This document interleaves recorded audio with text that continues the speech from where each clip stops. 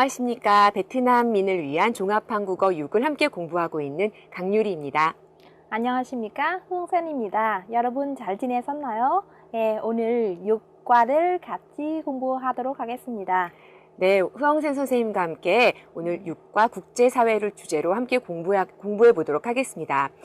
국제사회라고 하면은 여러분들처럼 고급 단계의 외국어를 공부하고 있는 학생들에게는 앞으로 그 활동 무대가 될 가능성이 높으니만큼 굉장히 중요한 학습 주제가 될 것 같습니다. 예, 맞습니다. 국제협력, 국제관계에 대한 그 여러 가지 어휘와 유용한 표현들을 익혀 보시기를 바랍니다. 네.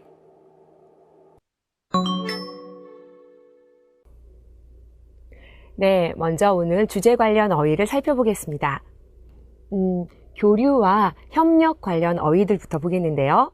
여기에 보면은 국제교류, 국제협력, 국제우호 이런 단어가 나와 있네요. 여러분, 교류는 지난 5급에서 혹시 배웠던 거 기억나시나요? 5급에서 만남과 교류라는 과가 있었어요. 사람이나 사람 아니면 나라와 나라 간에, 특히 오늘은 국제관계에 대한 것이니만큼 나라와 나라 사이에서 문화나 사상 같은 것들이 오고 가거나 통하는 것을 교류라고 합니다. 자, 국제교류 이렇게 얘기할 수 있는데 잠시만요. 네, 교류에는 남북한 교류, 특히 한국은 남한과 북한이 이렇게 분단되어 있잖아요. 그래서 지금은 남한과 북한의 교류가 거의 없는 상태예요. 아니면은 문화 교류, 문화적 교류 이런 말도 쓸 수가 있고요.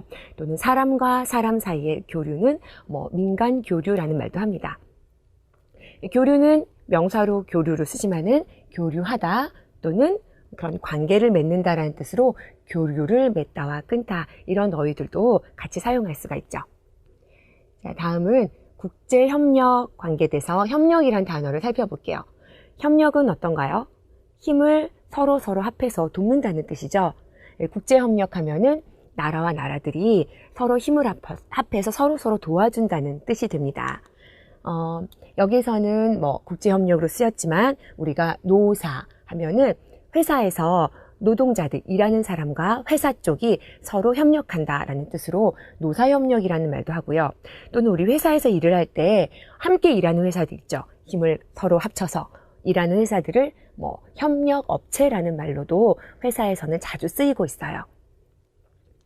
자, 그래서 동사로 마찬가지로 협력하다라는 말도 함께 많이 씁니다. 자, 마지막으로 국제우호라는 말이 있는데요. 여러분, 우호는 사이가 좋다는 말이죠. 그래서 나라와 나라 간에 서로 사이를 좋게 한다는 뜻이에요. 자, 그래서 그런 좋은 관계를 맺는 것을 우호 관계를 맺다라고 하죠. 또는 우호를 좀 더 튼튼하고 단단하게 하다라는 뜻으로 우호를 다지다라는 표현도 굉장히 자주 쓰는 표현이에요.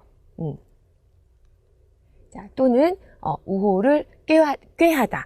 그래서 서로 계획해서 좀 더 친해질 수 있도록 만들다라는 뜻으로 우호를 꾀하다는 뜻도 조금 어려운 말이지만은 연어로 함께 알아두시면 굉장히 도움이 될 겁니다. 자, 그래서 이번에는 동사들을 알아볼 텐데요. 먼저 증진하다라는 동사가 있어요. 증진은 늘리고 지는 앞으로 가게 한다는 뜻이에요. 그래서 예를 들면은 이 약은 기억력, 아시죠? 기억력을 증진하는 데에 도움을 준다라고 있어요. 어떤가요? 기억력을 좀 더 좋아지게 하고 많아지게 한다는 뜻이겠죠? 기억력 증진 이렇게도 쓸 수 있고요. 자, 다음에 강화라는 뜻인데 강화는 강하게 한다는 말이죠. 점점점 강하게 한다는 뜻으로 수준 같은 것을 높이다라는 뜻으로도 사용할 수가 있어요. 그래서 국가 경쟁력을 더 세게 만든다, 강화하기 위해서는 과학기술 분야에 대한 문장이 안 나왔네요. 투자를 아끼지 말아야 합니다. 네, 이런 문장도 써줄 수가 있습니다. 자, 마지막으로 촉진하다라는 단어예요. 촉진은 이게 좀 더 빨리 되기 위해서 뒤에서 이렇게 밀어주는 거예요. 빨리 해. 이런 뜻으로 무엇을 촉진하다라는 뜻인데 여기서 보시면 정부는요.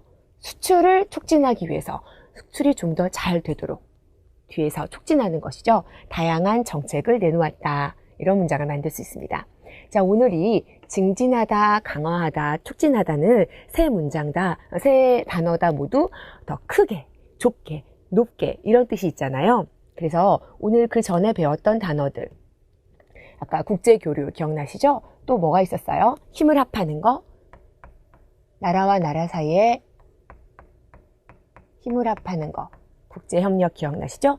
또 서로 사이가 좋아지는 것, 국제우호라는 말도 있었어요.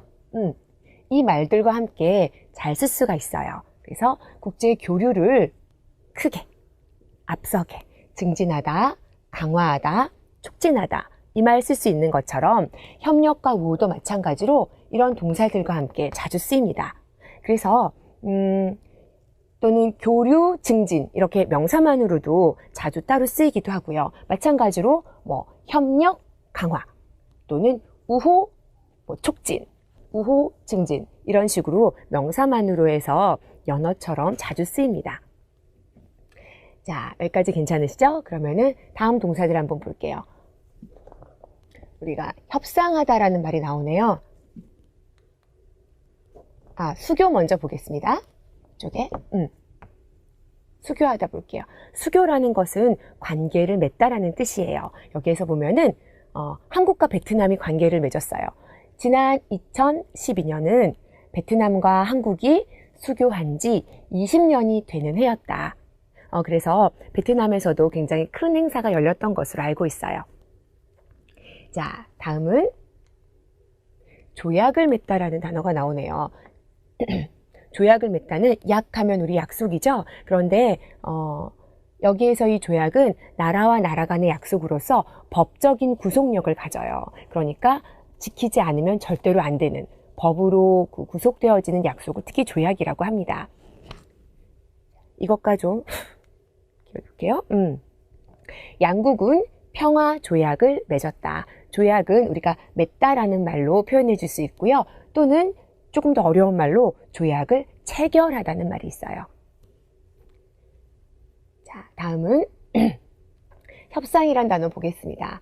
여러분, 협상은 서로 협력해서 의논해서 어떤 두 사람 다 만족할 만한 그 결론에 도달하기까지 의견을 교환하는 과정을 이야기하기도 해요. 그런데 여기서 예를 들면은 요즘 무역협상, 나라 간의 무역협상들 많이 하고 있죠? 자, 그래서 서로 물건을 사고 팔 때 어떻게 하면 좋겠다라든지 의논을 하거나 거기에 대한 약속을 하는 것을 말합니다. 그런데 이 협상에서는 조약과는 조금 다르게 법적인 구속력은 없어요. 자, 다음 예문 한번 보실게요. 여기는 노조가 나오네요. 노동조합을 이야기하죠. 노조는 한 달여간의 파업 끝에 회사 측과 임금 인상 문제를 다시 협상하기로 했어요. 회사 측하고 함께 임금 인상하면은 우리 월급이나 받는 돈을 이야기하는 거죠. 올려주는 문제를 다시 한번 의논해서 합의를 찾기까지 협상하기로 했습니다. 이런 문장에서도 자주 쓸 수 있습니다. 자,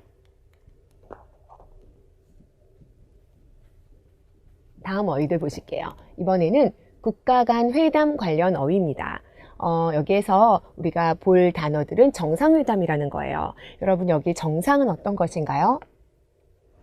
나라에서 정상, 가장 우두머리, 가장 위에 있는 사람 말하는 거예요. 예를 들면은 우리 베트남에서는 주석을 이야기할 수 있고요. 또는 한국에서는 뭐 대통령이 나라의 정상이 되겠죠. 정상회담이라는 말이 나오는데 우리가 잠깐 이렇게 살펴볼게요. 정상들끼리 만나서 회의를 하는 것을 정상회담이라고 해요. 그런데 회의와 회담의 차이는 뭘까요? 어떤 문제에 대해서 의논한다는 것은 똑같아요. 하지만 그것의 대표가 되는 사람이 와서 의논한다라는 것은 회담이 되겠어요. 예를 들면은 남북회의 또는 남북회담, 남한과 북한의 문제에 대해서 어떤 그 대표들이 모여서 이야기를 직접 관계에 있는 사람들이 모여서 이야기를 하게 되면은 잠시만요. 직접 관계된 사람들은 남한과 북한이 올 거 아니에요. 그래서 여기에서는 회의보다는 회담이 더 적절한 말이 되겠어요. 자, 다음 보시겠습니다. 다음은 국제 문제 관련 어휘들이에요. 요즘 국제적으로 여러 가지 문제들이 많이 있죠. 여기에 나온 것처럼 난민 문제, 테러 또는 먹을 것이 없어서 굶어 죽는 기아 등 여러 가지 문제들 여러분 한번 읽어보시고요. 오늘 여기에서는 분쟁이라는 말을 같이 알아볼게요. 분쟁은 어떤 문제에 대해서 굉장히 시끄럽게 싸우는 것을 이야기해요. 예를 들면 여기 나온 것처럼 인종 분쟁. 인종 문제로 굉장히 시끄럽게 싸우는 거. 인종 문제 때문에 전쟁도 일어나곤 하지요. 이런 것들도 있고요. 또는 종교 분쟁, 종교 때문에 일어나는 일들, 역사적으로 굉장히 많은 종교 분쟁들이 있어 왔어요. 또는 요즘에는 어업 분쟁이다, 영토 분쟁이다 이런 것들도 굉장히 많이 하고 있는데요. 어업 분쟁이라는 것은 그 나라의 바다에 대해서 권리를 갖는 거예요. 왜 바다에서는 물고기를 잡잖아요. 그래서 우리 바다에서 다른 나라 사람들이 와서 물고기를 잡으면 안 된다. 이런 것들로 싸우는 것을 이야기하고요. 영토는 그 나라의 땅을 이야기하죠. 그래서 우리 땅이다, 내 땅이다 해서 싸우는 것. 옛날부터 또 현재에도 영토 분쟁은 많은 곳에서 지금 일어나고 있습니다. 자, 다음은 외교 공간 및 외교관에 대한 단어들이에요. 여러분, 외교라는 단어는 어떤 건가요? 외국과 이렇게 교류를 맺는 것을 이야기하죠. 여기에서 보면은 외교 공간 그리고 외교관이 나와 있는데 그 외국에 가서 그 나라에서 외교를 하기 위해서 있는 사람들을 외교관이라고 하고요. 그런 일을 하기 위해서 갖추고 있는 공사를 외교 공관이라고 할 수 있어요. 예를 들면은 여기 우리 나온 단어 중에서 그 나라에 가서 외교를 하는 사람은 대사라든지요. 또는 총영사라든지요. 공사라든지요. 또는 참사관이라든지요. 여기에 나와 있네요. 이쪽에 볼게요. 여기에서 외교 공간 먼저 볼게요. 외교 공간은 이쪽에 나와 있는 대사관.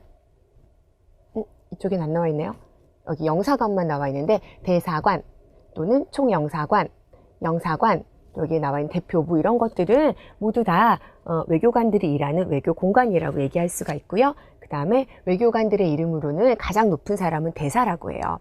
대사, 그 다음에 공사 또는 영사, 참사관 등을 우리가 외교관이라고 합니다.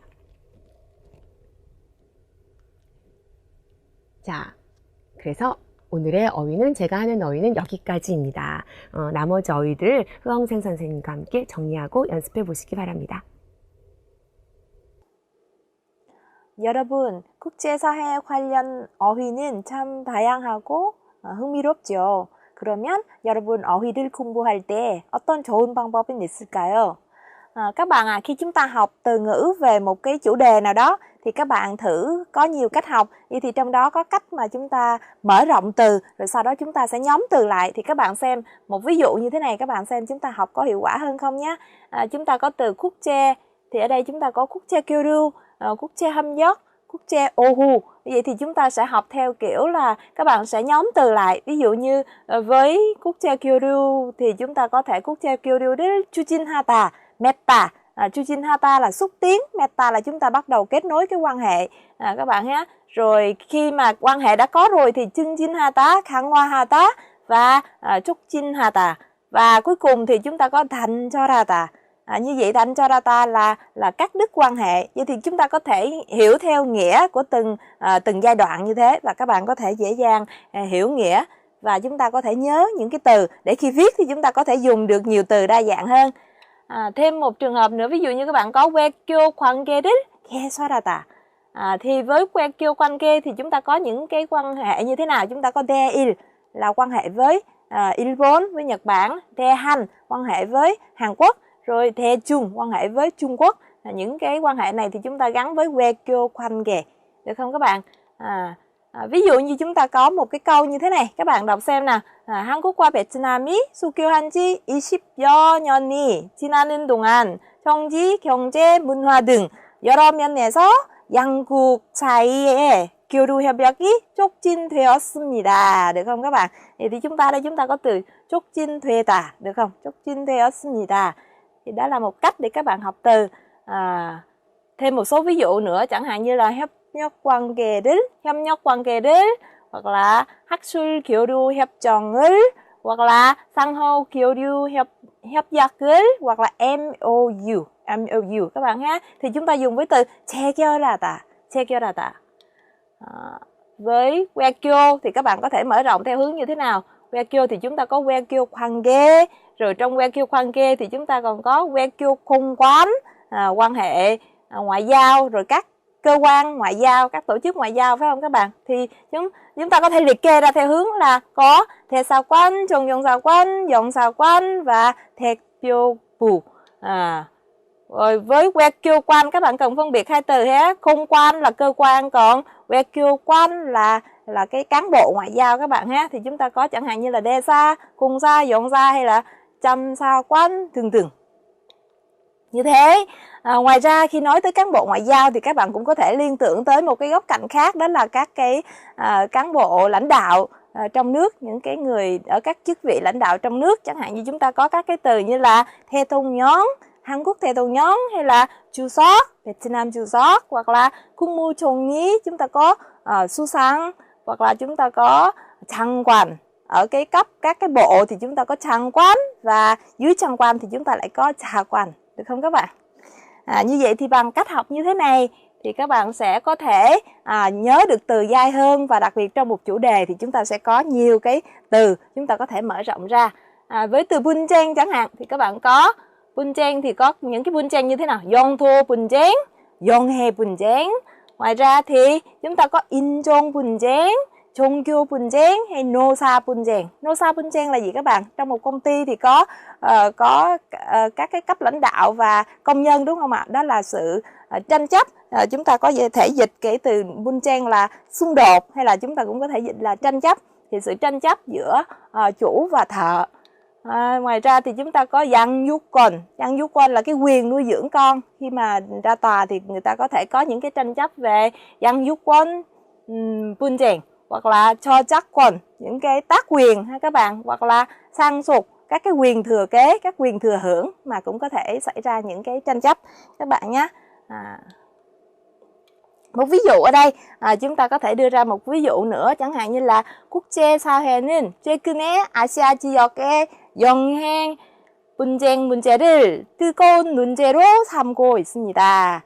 Một cái vấn đề là cái tranh chấp lãnh hải ở các cái biển ở vùng châu Á thì đã trở thành một cái vấn đề, trong một cái vấn đề nóng bỏng trong cái xã hội quốc tế ngày nay.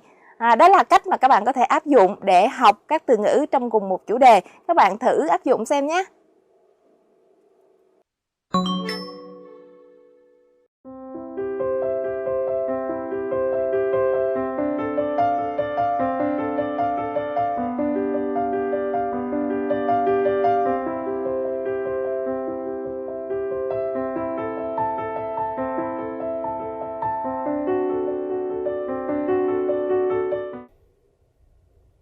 네, 오늘 배울 문법을 한번 살펴보겠습니다. 첫 번째 문법은 더라고요인데요. 제가 지난 주말에 여러분 서울에 있는 동대문 시장이라는 곳에 갔어요. 굉장히 유명한 시장인데요. 저도 오래간만에 갔어요. 그랬더니 와, 사람이 정말 많더라고요. 동대문 시장에 갔는데 사람이 정말 많더라고요. 제가 과거에 했던 것, 그리고 그때 알았던 것을 다른 사람에게 이야기해 줄 때 많이 쓰는 표현이에요. 우리가 말할 때 굉장히 자주 쓰는 표현인데요. 자, 예를 들면은 며칠 전에 길을 가다가 또한 씨 남자친구를 우연히 봤어요. 봤는데 그때 알았어요. 처음 봤거든요. 우와, 멋있다. 그리고 친구한테 가서 이야기합니다. 있잖아요, 또한 씨 남자친구 봤는데 와, 멋있더라고요. 내가 그때 알았던 사실을 다른 사람한테 이야기해주고 있어요. 그래서 여기는 지금 멋있다 형용사죠? 그대로 멋있다에다가 더라고요를 붙여주시면 됩니다. 자, 이렇게 형용사도 쓸 수 있지만은 우리 동사도 쓸 수 있는데요. 좀 긴 문장이 나왔네요. 우리 교재에 있는 문장이에요. 어제 기아 문제를 다룬 TV 프로그램을 봤는데 지구상에서 매년 600만 명의 어린이가 영양실조로 목숨을 잃더라고요. 이런 문장이네요. 여러분 괜찮으세요? 기아 문제 하면은 밥을 잘 먹지 못해서 굶는 것을 이야기하죠. 자, 그리고 그 프로그램에서 알게 된 사실이에요.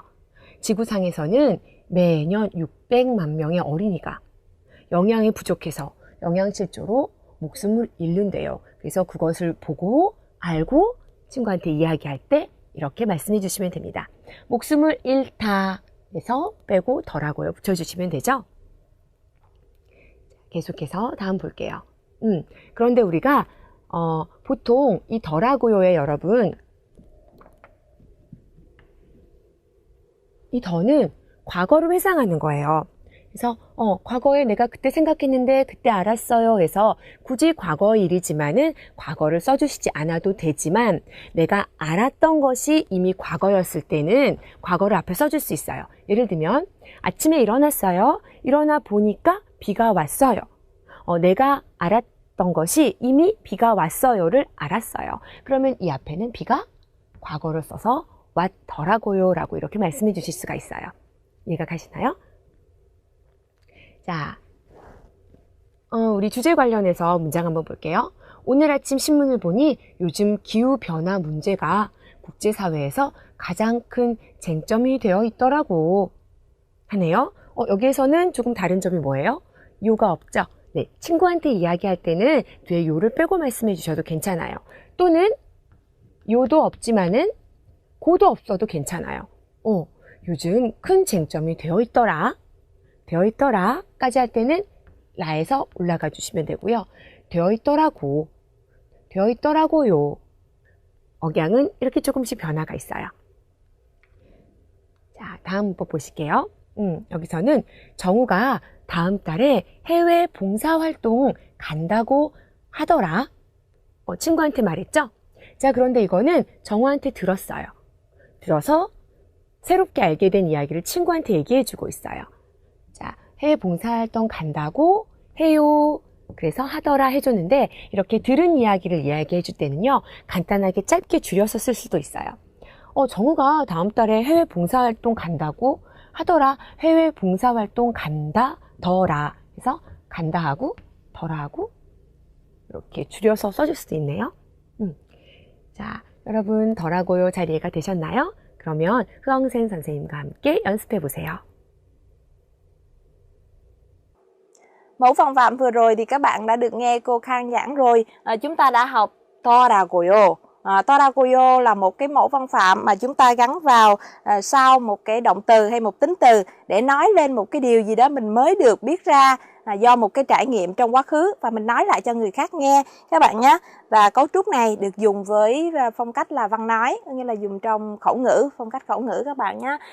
Và ở đây chúng ta có một số cái ví dụ như các bạn có câu như thế này: 1년쯤 가족과 떨어져서 살보니 가족이 얼마나 소중한지를 알겠더라고요. Sống một năm xa nhà thì bây giờ mới biết ra là gia đình quan trọng đến thế nào, gia đình thì quý đến thế nào các bạn nha. Một câu nữa, các bạn xem câu này nè. 6급 5과까지 공부했는데 생각보다. Chúng ta học đến bài số 5 của cuốn 6 rồi. Vậy thì suy nghĩ của các bạn về quyển này như thế nào? 생각보다. Các bạn trả lời xem 생각보다. Có bạn nào nói như thế nào không? 재미있더라고.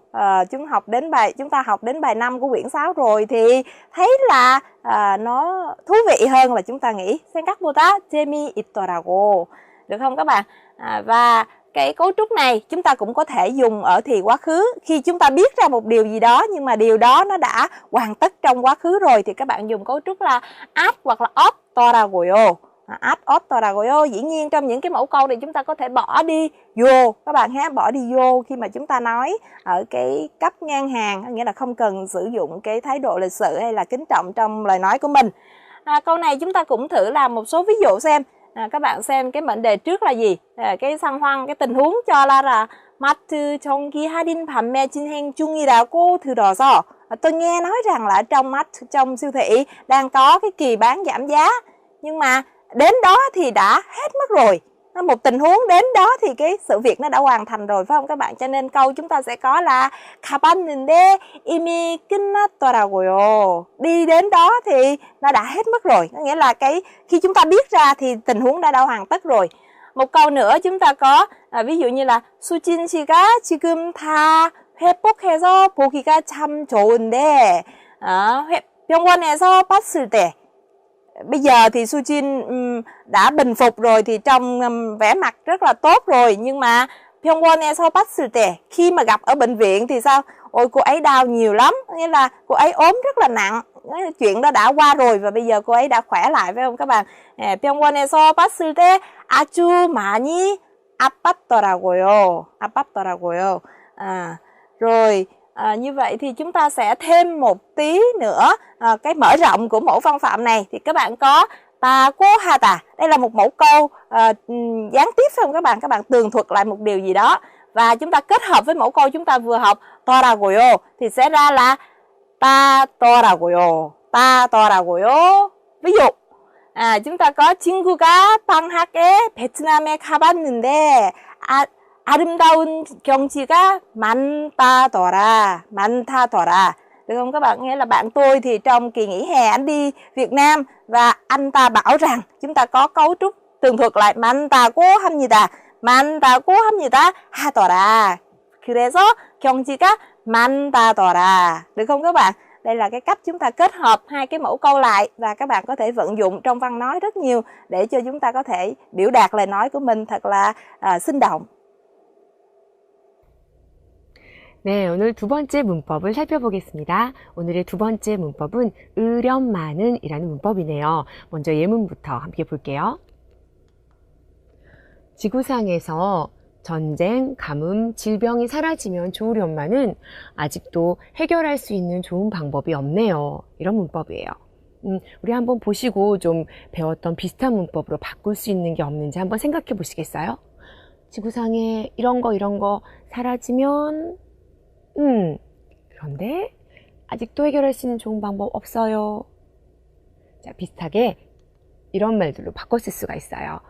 자, 이 문법 으련만은요, 앞에 보통 뭐뭐 하면 좋겠는데, 어떻게 했는데, 그래서 앞에 면이 자주 나오고요. 그래서 뒤에는 뭐뭐 하면 뭐뭐 할 텐데, 그래서 이 안에는 그런데, 그렇지만 이라는 뜻이 포함되어 있어요.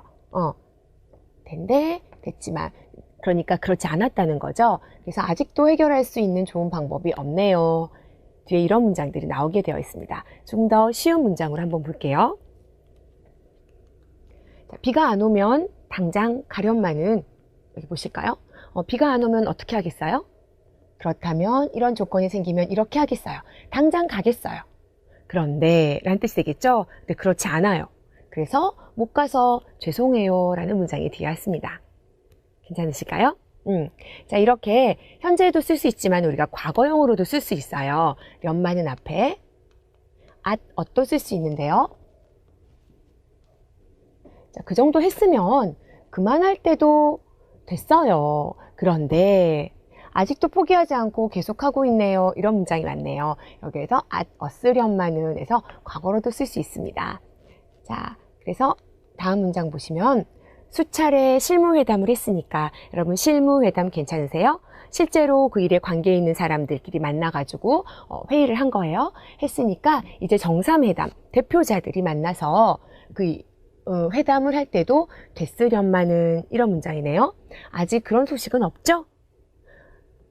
여기에서는 면 안 쓰고 했으니까 라고 나왔어요. 그리고 그렇게 정상회담을 할 때도 됐는데, 그런데 그 앞에 있는 조건들이 잘 충족되지 않았어요. 만족되지 않았어요. 아직 그런 소식은 없지요? 하고 문장이 끝났어요. 자, 이런 문장들을 앞에 부분에 그 정도 했으면 이게 없어도 뒤에 문장만으로도 우리가 충분히 이해할 수 있을 때는 아유, 그만할 때도 됐으련만은 앞에 문장 면이나 니가 없어도 괜찮고요. 뒤에 문장만 이야기해 주거나 또는 련만은 여기를 갖다가 줄여서 련만 이렇게 이야기해서 말할 때 자주 쓰이곤 합니다. 자, 그리고 여기도 마찬가지예요. 수차례 실무회담 했으니까 이 문장 없어도 우리가 이해할 수 있다면은, 아유, 이제 정상회담을 할 때도 됐으련만은 줄여서 됐으련만 이렇게도 쓸 수가 있네요. 자, 으련만은 문법 여러분 괜찮으세요? 그러면은 이 부분 허영생 선생님과 함께 연습해 보시기 바랍니다. Mẫu văn phạm thứ hai các bạn nhé.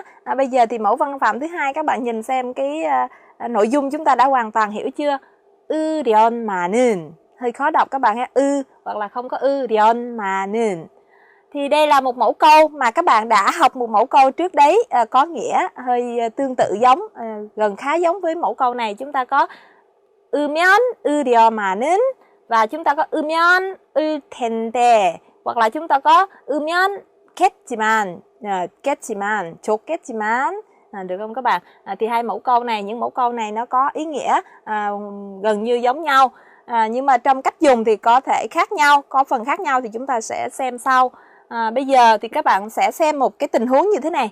유학 갔으면, nếu mà được đi du học thì một cái điều kiện, một cái sự mong muốn, phải không các bạn? Thể hiện một cái điều kiện, một cái mong muốn mà cái điều mong muốn đó không có được, và cái sẽ nối tiếp được ở cái nối tiếp với một cái vế sau nữa. 유학 갔으면 대학원까지 공부하려마는, nếu mà được đi du học thì tôi học luôn lên cao học cơ. Nhưng mà 조건이 안 되어서 참 속상하네요. Nếu mà được đi du học thì tôi học lên tới cao học rồi, nhưng mà không đủ điều kiện cho nên thật là buồn, phải không các bạn? Đây thì chúng ta thêm một cái với cùng một tình huống này. 유학은 갔으면 좋으려마는, nếu mà được đi du học thì tốt biết mấy, nhưng mà 부모님이 계속 반대하시네요. Nếu mà được đi du học thì tốt biết mấy, nhưng mà bố mẹ tôi cứ phản đối thôi. Đó là cái cách dùng của mẫu câu 으려마는. Và các bạn sẽ xem, trước nhất là nó có hai mẫu câu nó tương tự với nhau, nhưng mà khi nào thì nó sẽ khác nhau các bạn ha.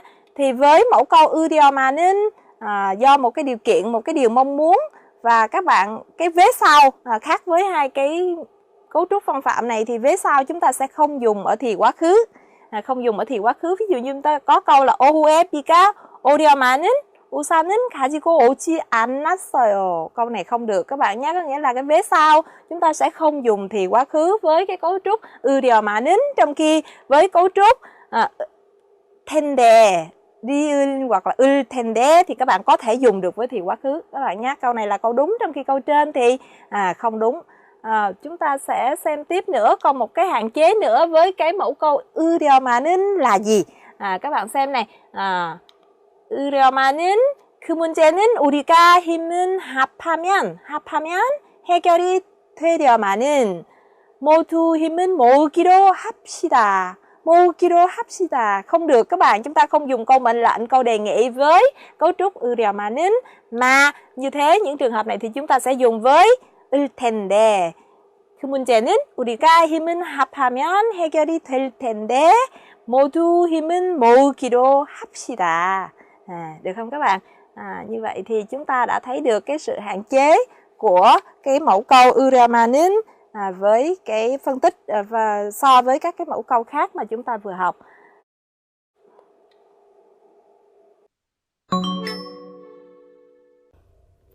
네, 교재 111쪽 말하기입니다.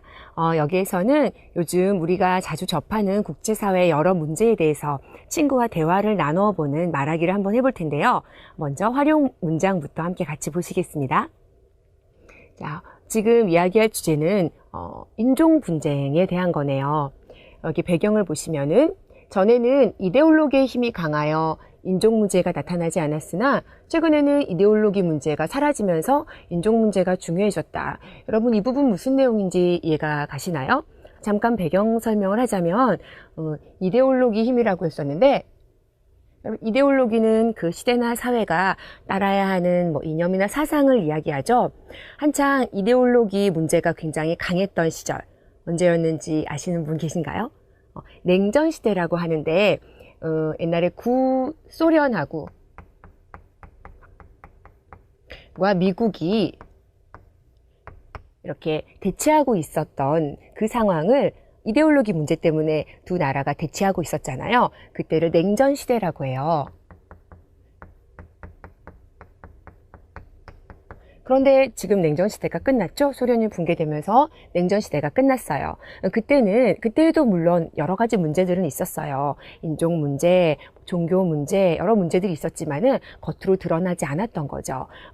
이 큰 문제가 사라지고 나자 이제 여러 가지 문제들, 인종 문제 뿐만 아니라 종교 문제, 영토 문제 등이 또 여러 가지들이 굉장히 많이 나타나고 있어요. 자, 그런 것들에 대해서 우리 친구들이 이야기해 볼 텐데요.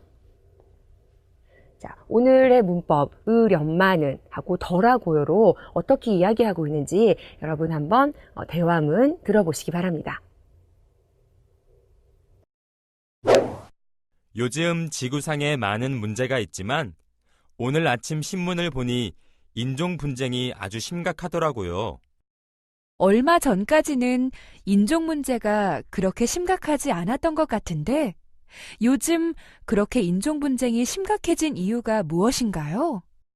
전에는 이데올로기의 힘이 강하여 인종 문제가 많이 생기지 않았어요. 최근에 이데올로기 문제가 사라져서 인종 문제가 많이 나타나는 것 같아요. 서로 상대방의 입장을 최대한 존중하여 대화로 해결하면 좋으련만은 그게 잘 안 되나 보죠? 네, 대화문 잘 들어보셨나요? 우리 한번 함께 보도록 할게요.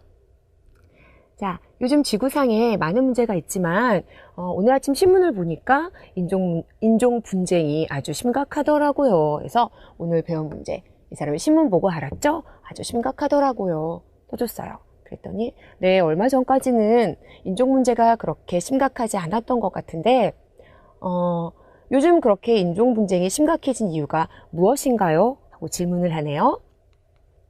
전에는 아까 제가 잠깐 드렸던 말씀, 이데올로기의 힘이 강하여 인종 문제가 많이 생기지 않았어요.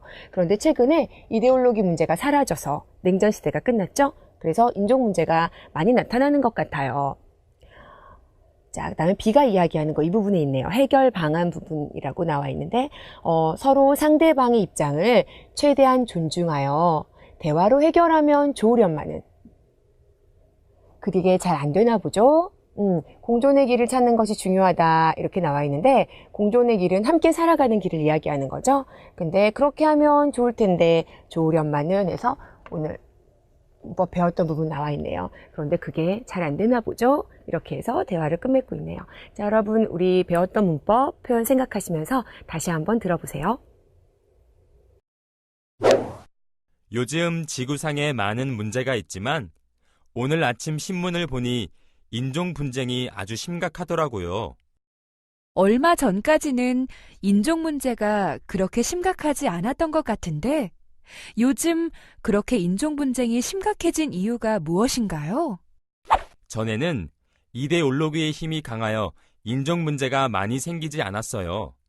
최근에 이데올로기 문제가 사라져서 인종 문제가 많이 나타나는 것 같아요.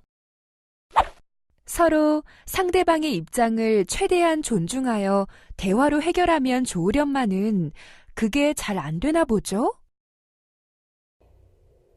네, 그러면 우리 아래에 있는 연습 문제 다시 같이 한번 볼게요. 자, 여기에서는 아프리카의 기아 문제를 이야기하고 있네요. 아프리카에서 먹을 게 없어서 굶고 또 그것 때문에 사망까지 이르는 등 여러 가지 문제들이 굉장히 많이 일어나고 있죠. 배경에 대해서 얘기하네요.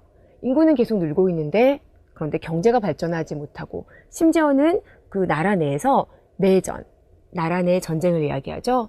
사회가 굉장히 혼란하기도 하다. 해결 방안. 그 나라에서 해결할 수 없다면 국제사회가 적극적으로 도와주고 그 지역의 정치와 경제 사정도 나아져야 할 텐데 이런 이야기들을 할 수 있겠네요. 자, 한번 대화문 같이 만들어 봅시다. 요즘 지구상에 많은 문제가 있지만 오늘 아침에 신문을 보니 더라고요. 어떤 게 나왔어요? 아프리카의 기아 문제 나왔죠? 아프리카의 기아 문제가 아주 심각하더라고요. 했어요. 얼마 전까지는 아프리카 기아 문제가 그렇게 심각하지 않았던 것 같은데 요즘 그렇게 심각해진 이유가 무엇인가요? 자, 배경을 설명합니다. 어떤 거예요? 인구 늘고 있는데 경제 발전하지 못하고 또 내전도 일어났다는 말 해줄 수 있겠죠? 그리고 심지어는 더 심하게는 내전이 일어나서 사회가 혼란하기도 해서 아프리카의 기아 문제가 많이 나타나는 것 같아요. 했습니다. 자, 그래서 그 다음에 국제사회가 좀 더 적극적으로 도와줘야 된다. 그리고 정치와 경제 사정도 나아져야 한다. 이런 말들이 오겠죠. 근데 련마는 그렇게 되면은 어떨까요? 좋으련마는 그죠? 그게 잘 안 되나 보죠? 했네요. 자, 어떻게 만들었는지 한번 볼게요. 도와주고 또 정치 경제 사정도 나아지면 좋으련만을 했네요. 자, 이 대화문 그러면 저하고 한번 연습해 볼게요. 자, 앞쪽으로 가서 네. 자, 이쪽부터 제가 A를 할 테니까 여러분이 B를 한번 해보세요. 요즘 지구상에 많은 문제가 있지만 오늘 아침 신문을 보니 아프리카의 기아 문제가 심각하더라고요.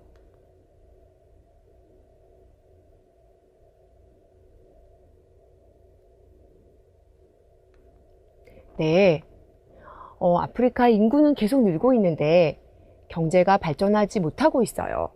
심지어는 내전이 일어나서 사회가 혼란해요.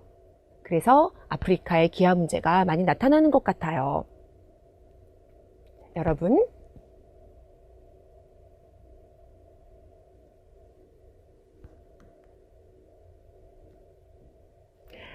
네, 잘하셨습니다. 여러분, 그럼 그 아래에 있는 국제사회 문제에 대해서도 대화문을 만들어서 연습해 보시기 바랍니다. 자, 이제 읽기입니다. 이번에는 어떤 내용으로 읽게 되는지 같이 해봅시다. Chúng ta sẽ cùng đọc xem cái nội dung mà chúng ta học trong phần đọc hôm nay là gì các bạn nhé. Vẫn không quên nhắc các bạn là khi chúng ta đọc thì cần rèn luyện các kỹ năng là tìm ra các câu chủ đề, tìm ra các cái từ khóa, cũng như là chúng ta cố gắng phân tích được cái nghĩa trọng tâm của một đoạn, từng đoạn thì nó nêu ra cái gì, và kết hợp với những cái kiến thức mà chúng ta có được từ phần Ilki vào phần Suki các bạn nhé. Thì ở đây trước nhất các bạn tìm ra câu chủ đề của đoạn văn này nè. Câu chủ đề của nguyên cái đoạn mà chúng ta vừa nêu ra đây. Các bạn xem câu đầu tiên là gì? UNESCO 한국위원회는 한국의 청년들을 세계 곳곳에 파견하여 풀뿌리 교육과 지역사회 발전을 지원하는 브릿지 사업은 전개하고 있다. Câu đầu tiên thì các bạn có thể dễ dàng nhìn thấy là phần lớn các cái câu chủ đề nó thường nằm ở cái vị trí đầu tiên, thì ở đây cũng vậy. Đây là câu đầu tiên. Có chăng các bạn sẽ cảm thấy hơi lúng túng khi chúng ta gặp những từ mới trong các cái câu chủ đề hay là trong các cái chủ đề mới mà chúng ta đọc các bạn. Ở đây chúng ta có 풀뿌리 교육 và 브릿지 사업. 브릿지 사업. Vậy thì 풀뿌리 교육 là gì? Và 브릿지 사업 là gì? Đó là cái điều mà các bạn đừng có quá bận tâm, mà chúng ta sẽ được giải quyết những vấn đề này ở đoạn sau. Ở đây có từ 파견하다. 파견하다 là gì các bạn? Khi chúng ta cần thực hiện một cái công việc nào đó, chúng ta sẽ gửi người đến một cái địa phương hay là một nước khác. 다른 나라, 다른 지역으로 사람을 보내서 어떤 의무를 한다, là một cái nghĩa vụ nào đó ở một cái vùng, một cái khu vực khác thì chúng ta gọi là 파견하다. Sang đoạn thứ hai thì các bạn xem vấn đề đã được giải quyết ở đây chưa? Cái thắc mắc của chúng ta đã có được nêu ra ở đây chưa hả các bạn ha? 브릿지 사업은 chủ ngữ phải không các bạn? Và ở đây chúng ta sẽ có được cái nội dung mà nói về cái 브릿지 사업, phần mà có thể chúng ta chưa biết khi đọc ở đoạn đầu tiên. 브릿지 사업은 유네스코가 전 세계적으로 추진하고 있는 모두를 위한 교육. Được không các bạn? Ở đây thì chúng ta có một cái định nghĩa. Đây là một cái chương trình mà UNESCO đã triển khai vì cái sự giáo dục, vì cái việc giáo dục cho tất cả mọi người. Và ở đây các bạn sẽ có một cái từ mới. Chúng ta có 일환으로, 일환으로. Thì cái cấu trúc này chúng ta sẽ thấy rất là nhiều dùng trong những cái nội dung, chẳng hạn như chúng ta trong khuôn khổ ký kết hợp tác quốc tế giữa Việt Nam và Hàn Quốc, hay là trong khuôn khổ của hoạt động gì đó thì nó sẽ kéo theo một cái hoạt động đi kèm, thì chúng ta có thể dịch là trong khuôn khổ. Và chúng ta có thể đọc một cái câu ví dụ dưới này các bạn. 한배 수교 20주년 기념의 일환으로, phải không các bạn? Trong khuôn khổ kỷ niệm 20 năm quan hệ Việt Hàn thì sẽ có một hoạt động gì đó xảy ra. Thì 지난달 18일 그 호치민대학교에서 한배 관계, quan hệ Việt Hàn, một cái hội thảo gì đó với cái chủ đề 라는 주제로 학술회의가 개설되었습니다.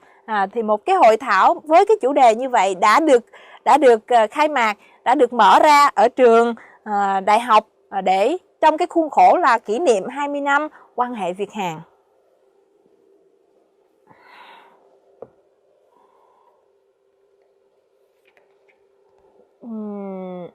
Và chúng ta sẽ đi sang cái đoạn tiếp theo. Thì các bạn thấy là 한국식으로 말하자면, vừa rồi là một cái định nghĩa mà theo cái UNESCO họ đưa ra, cũng như là cái giải thích rằng cái Bridge Saop là gì.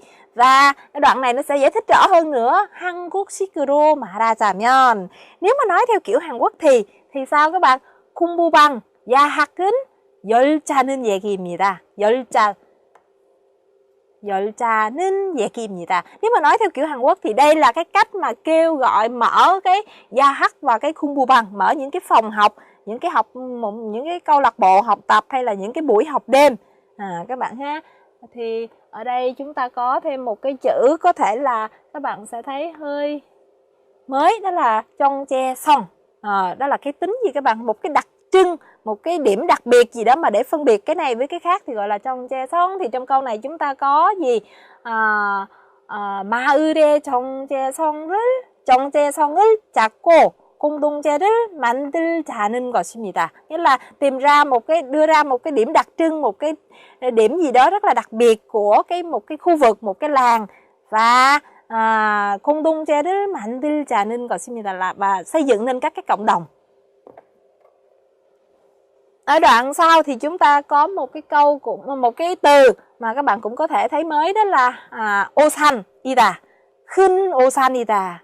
오산, chúng ta có một từ gì đó mà các bạn có thể liên tưởng nghĩa được. Chúng ta có chữ 오해 các bạn, một vấn đề gì đó mà các bạn hiểu lầm thì là 오해이다. Còn 오산이다 là một vấn đề gì mà chúng ta tính toán, chúng ta suy tính, chúng ta dự đoán nhầm, sai thì là 오산이다. Và các cái câu còn lại thì tương đối dễ các bạn ha. Và chúng ta sẽ đi tiếp theo cái đoạn sau.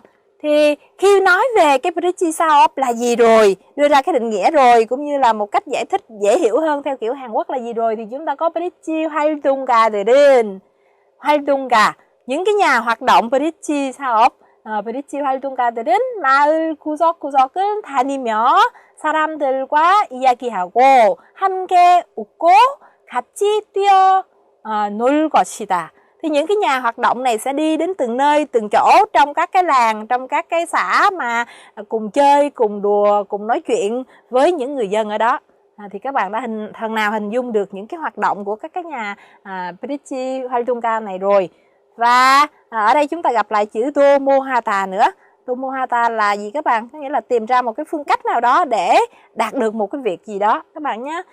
Và như vậy thì chúng ta có cái đoạn này, và kết hợp với sách trong sách giáo khoa đấy thì các bạn phải trả lời câu hỏi, hay là các bạn phải điền những cái từ, những cái chỗ trống. Thì ở đây chúng ta sẽ kết hợp làm một cái nội dung ở trong sách của chúng ta đấy.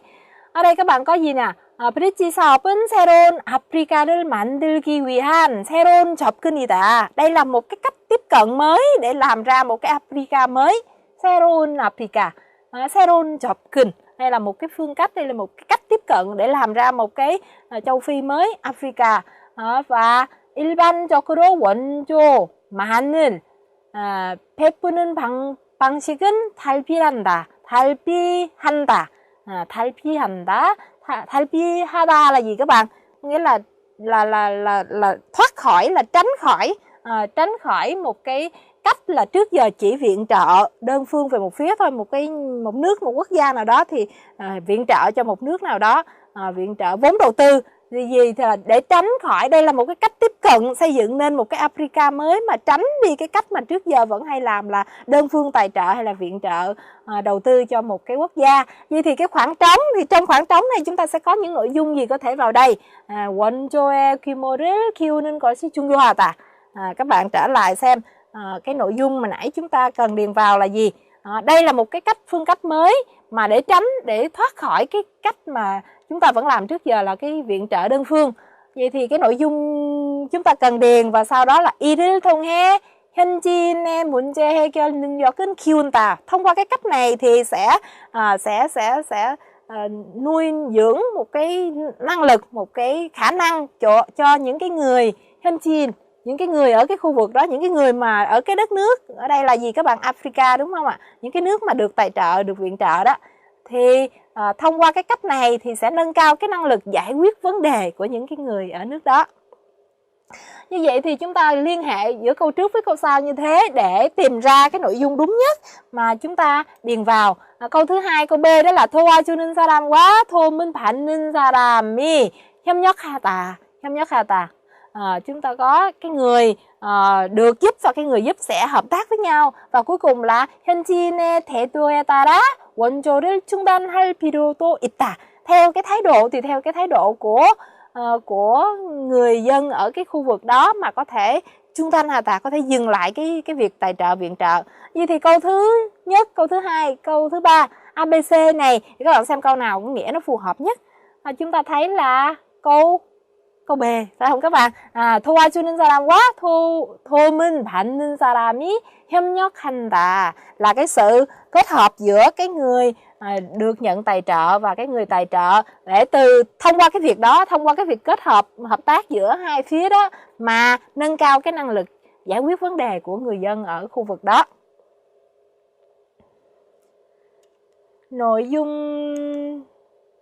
này chúng ta sẽ thấy là như vậy chúng ta đã xem qua một cái hoạt động mang tính chất quốc tế mà UNESCO tổ chức để nâng cao cái chất lượng giáo dục hay là nâng cao những cái hoạt động cộng đồng trên toàn quốc, và đặc biệt là những cái nước mà đang phát triển, những cái nước còn lạc hậu.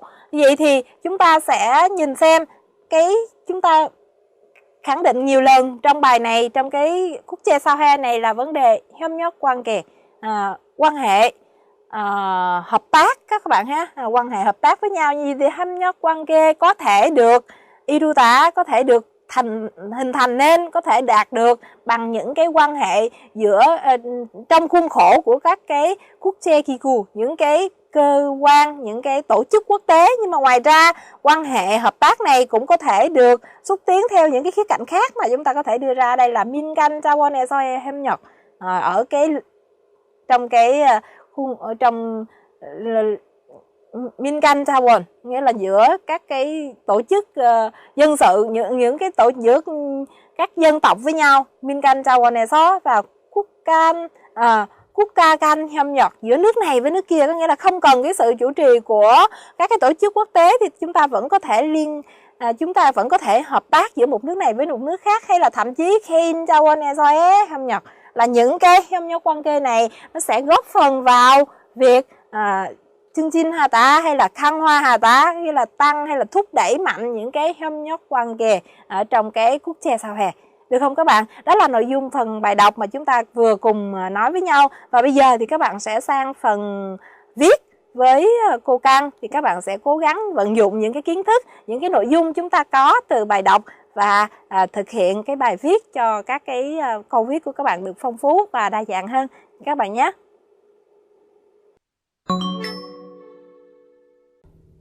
네, 쓰기 연습입니다. 오늘은 해외 공적 원조에 대한 내용을 한번 살펴보고 해외 공적 원조의 필요성과 기대 효과라는 글을 한번 써보도록 할 텐데요. 여러분 혹시 해외 공적 원조가 무엇인지 들어보셨나요? 자, 여기에서도 정의해서 그 내용을 설명해 줄 테니까 이따가 한번 같이 살펴보기로 해요.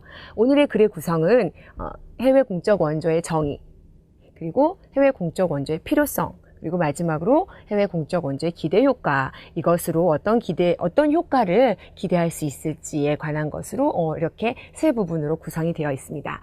자, 각각의 중요한 내용들을 한번 살펴보고 글을 한번 만들어 보도록 하겠습니다. 자, 먼저 해외 공적 원조의 정의예요.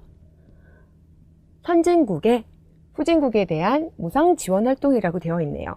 선진국은 조금 더 앞서 있는, 예를 들어서 정치적으로나 경제적으로나 조금 더 앞서가는 나라를 이야기하는 거죠.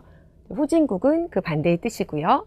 자, 선진국의 후진국에 대한 무상 지원 활동이라고 했는데, 무상은 대가가 없는, 대가를 바라지 않은 지원, 도와주는 활동을 이야기합니다. 자, 여기에는요, 인적 지원, 사람이 도와주는 것도 있고, 물적 지원, 물질적으로 도와주는 것도 있대요. 모두 포함하며, 그 다음에 또 하나는 현지 지원 사업도 있고요. 그 다음에 현지인을 선진국으로 초대해서 도와주는 사업 등으로 나뉘고 있다. 이런 정보들이 쓰여져 있네요. 자, 그래서 오늘 정의하기가 앞에 있는데, 여기에서 자주 쓰는 표현들 한번 알아볼게요. 먼저, 무엇이란 무엇이다. 해외 공적 사업이란 이러이러한 사업이다. 간단하게 이렇게 얘기할 수도 있고요. 그 다음에 무엇을 말한다. 뒤에 이런 표현도 여러분 많이 보셨을 거예요. 자, 오늘은 이 표현이 나오고 있는데요. 무엇이란, 그 다음에 으로서 무엇이다 라는 표현을 써줄 거예요. 이것은 여러분 앞에서도 자주 봤을 거예요. 앞에 설명하고자 하는 것에 어떤 자격이라든지 신분이라든지 또는 지위라든지 이런 것들을 설명해주는 문법이에요. 그래서 우리 소개할 때나 정의하기 할 때 굉장히 자주 나오는 문형이죠. 자, 그리고 다음 보실게요. 다음은 해외 공적 원조의 필요성에 대한 것은 왜 필요하느냐. 경제적으로 낙후되어 있다. 그러니까 이건 여기에 설명이 나와 있네요. 낙후되다는 경제 수준이 낮다는 것을 의미해요. 그런 국가들은 정부가 국가의 발전, 국민을 위해서 쓸 수 있는 예산이 적대요. 경제적으로 어려우니까 예산도 물론 적겠죠. 자, 그래서 외부의 원조가 절대적으로 필요하다는 내용이 있는데요. 자, 외부의 원조라는 것은 여기서는 그 나라에서 해결할 수 없으니까 선진국의 지원을 이야기하겠죠. 자, 외부에서 지원을 해줘요. 조금 더 경제적으로 조금 앞서 있는 곳에서 도움을 줍니다. 자, 아까 절대적으로 필요하다고 했는데 절대적으로는 똑같은 말, 반드시 이런 말로도 쓸 수 있겠네요. 자, 그래서 이렇게 국민을 위해서 쓸 수 있는 예산이 적어요. 그래서 이런 원조가 필요해요. 그래서 해외 공적 원조가 필요합니다. 이런 내용이 되는 겁니다. 이 문장과 이 문장을 연결해 줄 때 우리 이유를 이야기해 줄 때는요. 우리 여러 가지 배웠죠? 그래서도 있고요. 또는 따라서, 그러므로, 그로 인해 이런 것들로 자연스럽게 연결해 주시면 되겠어요. 다음은 해외 공적 원조의 기대 효과에 대한 것. 공적 원조를 하면 이런 것들을 기대할 수 있다. 자, 국가 간 협력을 통해서 인류애를 실현할 수가 있대요. 여러분 인류애라는 거 괜찮으신가요? 전 세계 인류에 대한 사랑을 이야기하죠. 그런 것을 실현할 수가 있고요. 자, 그 다음에 또 하나가 이게 하나 인류애 실현이 있고요. 자, 그 다음에 저개발 국가의 정책 추진 능력을 높일 수가 있대요. 아까 저개발 국가라는 거 앞에서 말한 후진국과 비슷한 단어죠. 그래서 정책을 조금 더 앞으로 이렇게 진행해 갈 수 있는, 추진해 갈 수 있는 능력을 더 높일 수가 있다. 빨리빨리 해야지 좀 더 경제적으로 여유로워질 거 아니에요. 자, 그런데 여기 괄호 안에 나오는 말들 한번 같이 보셔야 되는데 밑에 따로 써놨습니다. 이 말과 이 말의 그 연결 관계를 보셔야 돼요. 그래서 이거를 할 수가 있는데 지구촌 가족의 삶의 수준을 높인다. 자, 어떤 관계 있느냐면 여기에서는 해외 공적 원조를 하게 되면은 이런 걸 할 수 있어요. 지구촌 가족의 삶의 수준이 높아지겠죠. 교육이라든지 물질적, 경제적인 지원으로 이런 것을 통해서 국가 간 협력을 통한 인류애가 실현될 수 있다. 이런 내용으로 와야지 자연스러울 것 같네요. 자, 마찬가지로 이 아래 것도요. 해외 공적 활동을 하게 되면 국가 내 차세대 지도자가 육성이 될 수 있어요. 뭐 교육 관련 지원도 할 수 있으니까요. 차세대라는 건 다음 세대 지도자가 육성, 키워질 수 있는 거죠. 그래서 저개발 국가의 정책 추진 능력도 높아질 수 있겠죠. 이것이 돼서 이런 것을 통해서 이렇게 될 수 있다. 이런 관계가 되겠습니다. 자, 그러면은 이것으로 만들어진 우리 글을 보면서 글을 한번 살펴볼게요. 자, 앞서 우리가 해외 공적 원조의 정의에 대해서 이야기했죠. 해외 공적 원조란 이렇게 나오네요. 후진국을 대상으로 실시하는 무상 지원 활동이다. 근데 여기서는 이런 부분을 갖다가 아까 제가 얘기했던 으로서로 연결해 줬어요.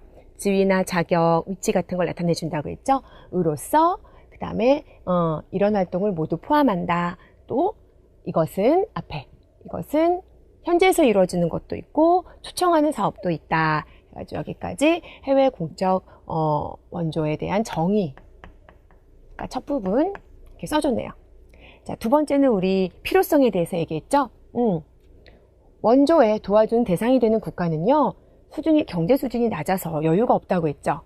그래서 외부에서의 그런 지원이 필요하다라고 했어요. 아까 연결해주는 문장, 따라서로 연결해줬어요. 자, 그리고 절대적으로 필요하다 해가지고 우리 여기에 비슷한 말, 반드시를 다시 바꿔서 넣어줬습니다. 자, 마지막으로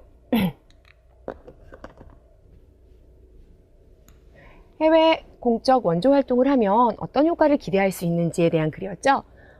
효율적으로 실시된다면 이런 효과를 기대할 수 있는데 후진국 삶의 수준을 높임으로써 인류의 실현의 의미를 가질 것이다 했어요. 이것을 기대할 수 있는데 그 앞에 어떤 것을 통해서 후진국 국민의 삶의 수준을 높여서 이것으로써, 여기는 써예요. 아까 으로서가 있고요, 여러분.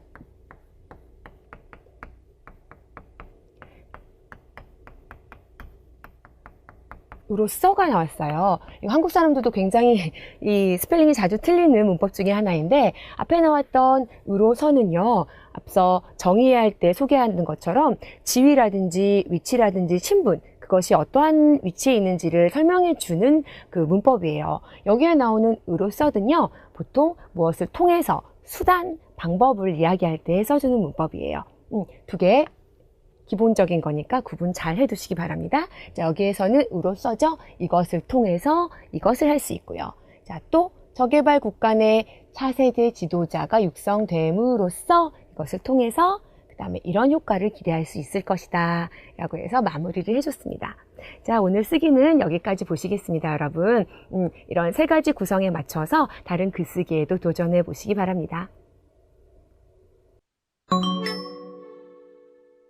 한국의 문화탐방, 세종대왕과 훈민정음. 역사 속에는 많은 훌륭한 왕과 여왕이 있습니다. 그 중에서 세종대왕은 대부분의 한국인들이 가장 존경하고 있는 왕입니다. 바로 한글을 창제한 사람이 조선의 4대 왕, 세종대왕이기 때문이죠. 세종대왕은 한글뿐만 아니라 정치, 경제, 외교적인 면에서 조선을 안정시켰으며 음악과 과학에도 많은 업적을 남겼습니다. 세종대왕은 백성을 사랑한 왕이었습니다. 백성들이 그를 몰라서 생활에 불편을 겪고 억울한 일을 많이 겪게 되자 이를 안타깝게 여긴 세종대왕은 백성들을 위해 배우기 쉽고 사용하기 쉬운 문자를 만들었습니다. 그것이 바로 한글입니다. 한글의 원래 이름은 훈민정음으로 훈민정음이란 백성을 가르치는 바른 소리라는 뜻입니다.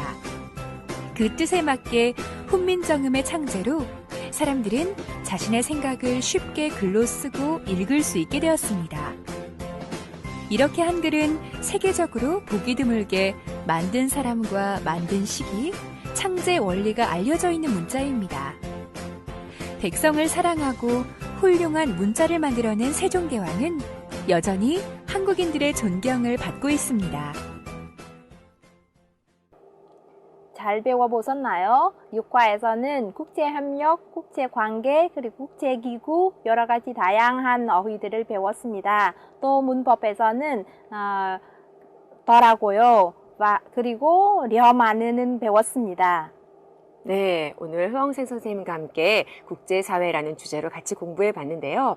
여러분들처럼 고급 한국어를 배우는 학생들이 앞으로 한국과 베트남과의 관계에서 우호 증진, 또 협력 강화를 위해서 할 수 있는 일들이 굉장히 많으리라 생각됩니다. 네, 앞으로 국제사회에서 여러분의 활약이 기대가 됩니다. 네, 그럼 저희가 다음 시간에 뵙겠습니다.